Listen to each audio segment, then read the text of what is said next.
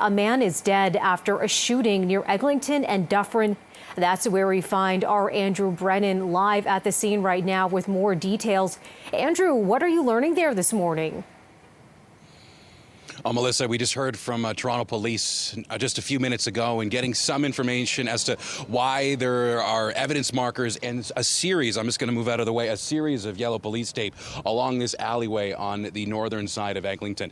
This alleyway runs along several blocks of this area in Little Jamaica, and according to police, it was probably just beside where you can see that the series of evidence markers beside each other, where a man in his 30s was found around 6:21 a.m. this morning.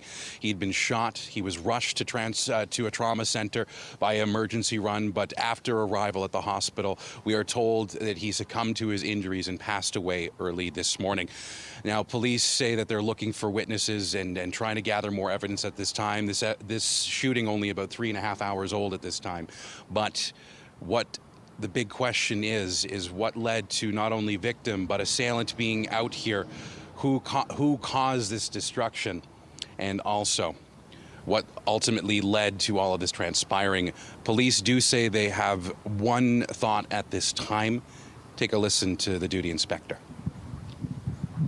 The vicinity of the area, there was an after-hours club that was operating about the time of the incident, and the connection or relation to that is being investigated. However, at this time, there is no direct connection that we're aware of.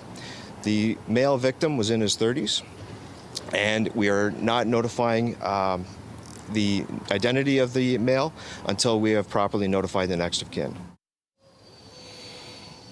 So as of right now, all we know about this man who's died is he was in his 30s. He was out around 6 a.m. this morning for whatever reason, and ultimately is never going home. Melissa, the investigation is obviously, as you can see behind me, continuing. And as I mentioned before, police are trying to gather witness testimony and other forms of evidence so that they can find their suspect or suspects in this case. Back to you.